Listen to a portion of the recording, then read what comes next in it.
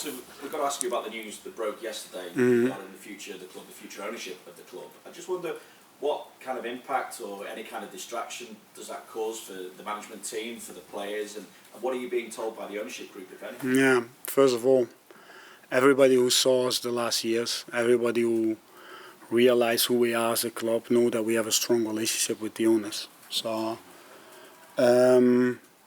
we knew before, of course, we knew about the statement, nothing more than you guys knew. What I would like to say is that I always know the owners act in the best interest of the club, and they always did. I believe they always tried at least, and this relationship was very important for us, so, and it will be. So I think the statement was very clear. How did it distract us? To be honest, this is what I like about our club. We are so focused. There was a small discussion, or not a small discussion, but a little talk between Jürgen and me. But on that moment on, we start focusing, and a big game coming up. And I have to say, I love this competition because of this club. This competition means so much for us. Not just that last year we won it, but especially as well that if there's one competition represent the whole club, not just the first team squad, but also the talents, is this one. So can't wait. We're going to have to go back to it though. Yeah, all good. I'd imagine the thing is it, for you, is there any kind of ambiguity, any kind of uncertainty as to who will be the owners of this football club moving forward? Because if there is, I would imagine that impacts on discussions around players' contracts. It impacts on what you can do in the transfer market, because we've got transfer. But you are just speculating, no? So I think the statement was clear. It's nothing new for a club to find new investors. It's nothing new that a club tries to find investors to create. What I said, they are acting in the best interest of the club. They try to take the club forward. I believe they always did. For me, they are good owners, and I will explain a few reasons why. First one, they tied down one of the best managers in the world for 7+ years. So I think that says a lot. Second, they tie down the best players in the squad. The difference between European top or world top or sub top is that you have to sell your best players. They tie down Mo Salah contract. So, and then what's even more important in my opinion is that we have a stable academy. They invested in the academy. They invested in where we are sitting now. It's one of the best training grounds in world football, in my opinion, and it's our new home. And it was not easy to replace Melwood, for example. But we are sitting here and we are feeling at home. And so they invest in this. Then, of course, the main stand, the new stand. So they made a lot of good decisions. And if they were not good owners, we will not be sitting here, because in the end we won a lot of cups, a lot of international and national prizes. So yeah, that's why I say I believe that they are acting in the best interest for this club to take it further. I feel that they're here for the long term still. Yeah, no, I feel that this is against speculation, no? Because they are searching for investors. That's the statement. I think the statement was really clear, to be honest. Obviously, the news broke on the day that you've been playing with Real Madrid again in the Champions League as well. So, after meeting last season's final, how do you all feel about facing them again in the round of 16 this time? Yeah, I don't believe a lot because people say immediately you read like revenge or these things, but I don't believe in life should be like that. It's a new season, there's new teams as well, new moments, and it's just the international Clásico. It's two of the biggest club with so much history in this competition, competing already early in the knockout stages. I'm proud that we had a consistent run in despite our first game against Napoli, but that we are again in the knockout stages and with 15 points, and we can't wait to compete with them. Of course, it's we always say the Anfield nights, the European nights are special. The fans expect us to be in this kind of circumstance, in these kinds of games, and let's hope that we can create new memories and that we proper can compete. I know we will be ready, but it will be a massive game. Yeah. As you said, you love this competition, the FL. Yeah. Not surprising after last season, obviously, as well. Yeah. When you look at what you've got to pick from this time around, though, this game against Derby, how are you looking squad-wise? Obviously, we know about James Milner. Will he be fit to return? Any chance for Keita, Matic to get some minutes? How important for the rotation will we see the likes of Kelleher, Phillips, Ramsey, Carvalho start? What's good is that, as we proved last year, is that this competition gives moments for talents. That's for sure. This competition gives moments for our scouting department as well. So the academy and the scouting department, players who not. If one thing has proven last year is that we will need the full squad again to compete if you want to go for the cups. So we're going to use that as always.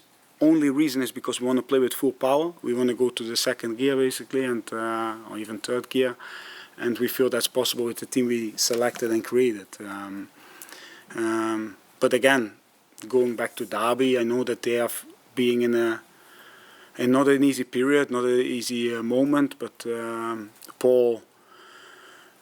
One thing is for sure, if you look back to Rotherham, for example, the players run through brick walls for him. And he's a coach who loves to play with a line of five, but he has a few injuries in the back line, so probably I'm not sure. He played with the back four now last time, so what we can expect is a mixture of talent with Sibley, with Owen, and Collins as a target man, and so yeah.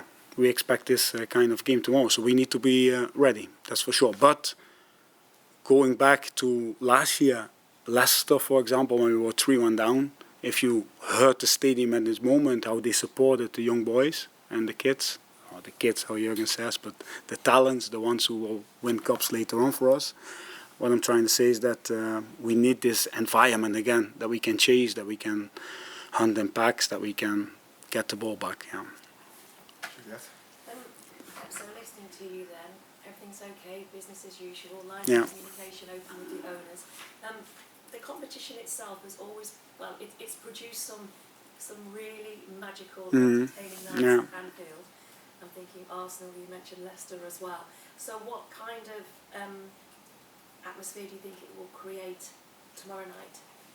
Yeah, I think, first of all, if ever made, and I want to give a big compliment to the fans and to our owners, because it's arrogant to think that football always goes in your direction. It's arrogant to think that it always goes up, up and up. There will be difficult spells. There will be difficult phases in the season for each club, and how the fans stood behind us, the ones who stood behind us, and how they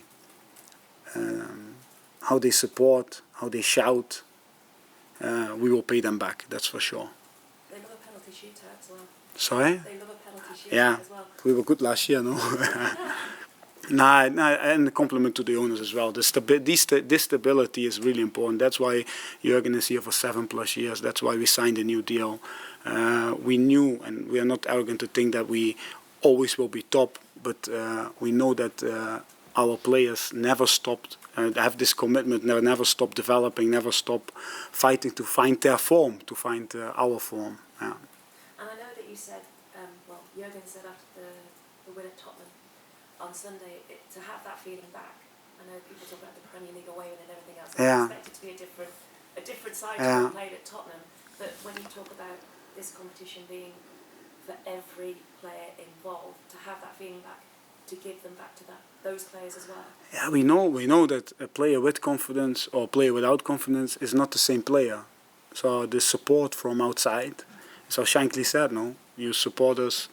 You have to support us in these times. Otherwise, don't support us when we are in the parade or when we are winning. Support us now, and that's why I say that they do. And if you see the away game against Tottenham, how they celebrated this win, and the second half, how they were still shouting us to get us out of our own half. That's probably what I like the most about football, is that this relationship between fans and manager or team and can create something really good. And it's not easy when it doesn't go your way, but with a little bit help here and there, you can come back. Carl? Hey. Positive results this season have been a bit up and down. I'm just wondering, were you aware of the criticism that you received for your book, saying you're giving away some of the secrets if we're reading too much into Nah, at the moment, first of all, no regrets. I enjoyed every word and everything what was written down. The moment it was published, for me, it was done. It was the past. It didn't had any interest, to be honest, because a new season, new problems, blah blah. I hope that people enjoy it. I know that a lot of people do because from the inside and the outside, I get good reactions. But you guys know really good that if you write something, there will people who like it and there will people who don't like it. So that should never stop you to do these things, in my opinion. I'm proud that there's a book that gives inside information, and not as much as people say what will harm. So there's no relationship with that. But I hope that fans, that they could read the admiration I have for this club, the feeling for the team, the love for Liverpool, and if it inspires a few, I'm already happy. So, but the reactions have been good. And if you don't know what to give for Christmas present, please buy it for your bitter uncle. Yeah. I'll get on to football then. Yeah, please. We sat here week after week and listened to Jürgen trying to explain what the issues were this season. Up to you, from your technical point of view, can you give us an idea of how you see what's been the problem this season? Yeah, we had really highs and really lows. There's a reason why we were not that consistent, of course. But if there was one reason or one simple explanation, that's too easy, of course. Or we started the season insane with the Community Shield, in my opinion, what represented our pre-season, what was up to speed, where all the boys were really fighting, and we had a good start in that way. But if you look to a general point of view, is that when you get early 1-0 down, when they have not a slow start, but probably a start where the opposition punish you straight away, then your offensive game has to be really good. You cannot create doubt when the ball moves from left to right, when you bring the ball high up the pitch. And we know from the past that teams try to exploit our high line, that teams try to exploit us in counter-attacks where you leave space. So with these moments, 1-0 down, chasing the game, we all know that the team is different. If you then don't have a lot of points, it becomes even more difficult because players get nervous and make probably a few bad decisions, or we are not as protected as well because everybody wants to contribute. And it's good that we could correct a few things. It's good that we could go back to basics and put like proper solutions in. But I'm happy where we are now, to be honest. It feels like with the Champions League campaign and with Tottenham and the way we are playing, it feels that we are every time a little bit closer to who we really are. What I said, we will pay the fans back because they don't stop believing, don't stop shouting, even when we lost the game. So, yeah. Aldrich? Yeah. You said earlier about Jürgen's tied down, best managers in the world. When yourself and Jürgen signed the contract, was it in April? Was it on the belief that you'd be working with these owners for the foreseeable future? Yeah, of course. You sign a deal with Liverpool Football Club and they are owners, but we are not naive to think that things change in football. That's how the football world works. But as I said, our relationship with them is very, very good. I respect them so much. You have no idea. I hoped you guys, with my answers, that I could transparent that. So it's that's my answer, to be honest. And you said about the statement that clubs look for new investors all the time. So is it your understanding that it's new investors rather than a sale of the club? No, everything what I know is what you guys know. I should ask you guys the question probably because it's in the statement. It says very clear that they are searching for investors. That's what we knew. That was what we knew probably 1.5 weeks ago or something. We thought it would not come out now. It come out now, so that's all fine. What I said, what I like about this club and about our structure, that we used to, how can I say, rumors around or unfair or whatever. We focus on what matters, and what matters is preparing for Derby because we want to go and compete in this cup, in this competition. We want to do the same as last year, go far and try to try to reach to reach Wembley. So our focus goes to this, and we know that that with putting the players tomorrow together on the pitch with experience, with talent, we again creating a new generation of players, and that's what is in our mind. The rest we don't have control anyway, so why would we? Just check. Yeah, go on. Which youngsters could we see in the squad tomorrow? Ben, Vilak? Yeah, I can't give this. If you know us, and you know us very well,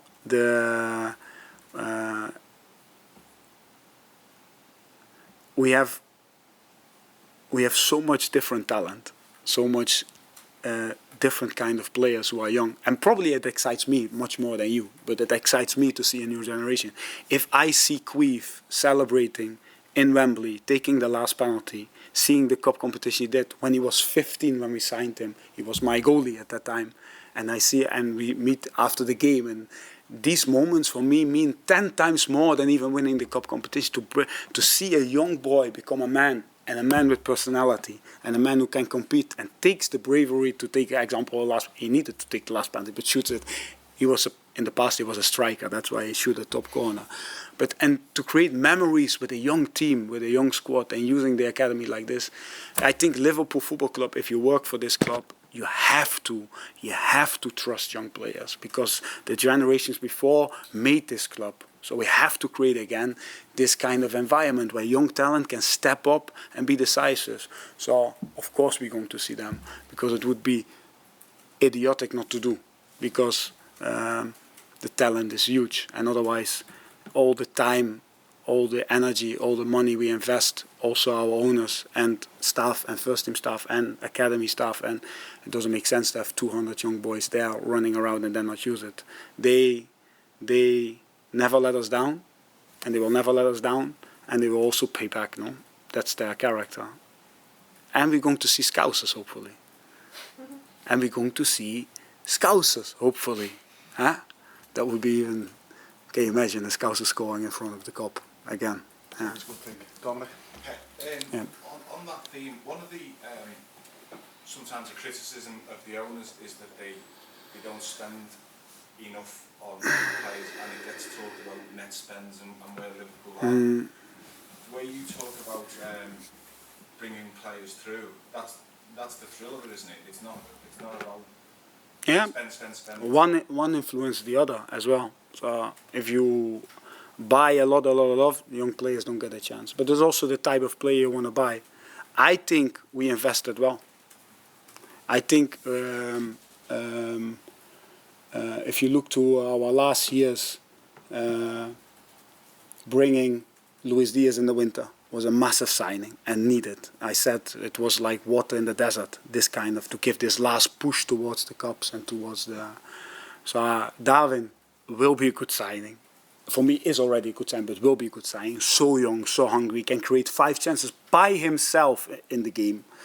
A proper striker, addition to what we didn't have, the type. Then you have Calvin, you have Fabio, young players who come in as signings. Then before that, Ibu Konate, Jota. So these are all signings who were like in the rows. How do you say? Throw it in the bullet. Bullseye. What I'm trying to say, we cannot afford to buy and not be right. We can only afford to buy to be right, and it has to add something to our team, something special, something new. Jota added something new, something special. Luis Diaz added something new, something special. Ibu Konate added something new, something special. So we have to be right, and that's what we search for. And then you cannot be like left, right. No, you want to be right. And with time, what was most important, and that's what I tried to explain already, was to tie down our best players, because our team is and was a machine. So if you don't tie them down, they will leave. So what I'm trying to say is that it's always a balance. You need to be right with your signings, and I believe we were right. Do people want to see 1 or 2 or 3 or 4 more players? Yes, of course. Everybody wants to see the outside world. But you can. we prefer to have the right one, and to really work with, and give time as well for young ones to really work with, and like this add and renew the team, and to make it younger and younger and younger, and to add academy, and to give talent a chance, and to buy the top one who influences immediate the first 11, like Luis, like Jot, like Ibu, like however cost us. I think we invested. What people see is that what people want to see is that transfers is the one thing. But building a club and building a long-term successful relationship has much more to do than just the transfers. Otherwise, we were not sitting here. So, tie down Jurgen Klopp. That's maybe even more important. So, for 7+ years. No. I know you. I'm not going to ask you to give away the team, but yeah. One of the young players who's been around the first team was Stefan Bajcetic. Yeah. How impressed have you been? I think he's in your book that you say the first time you saw him, you were impressed. Yeah. But also given the debate around the midfield and some of the contract situations, yeah. how important can he be yeah. short and long term?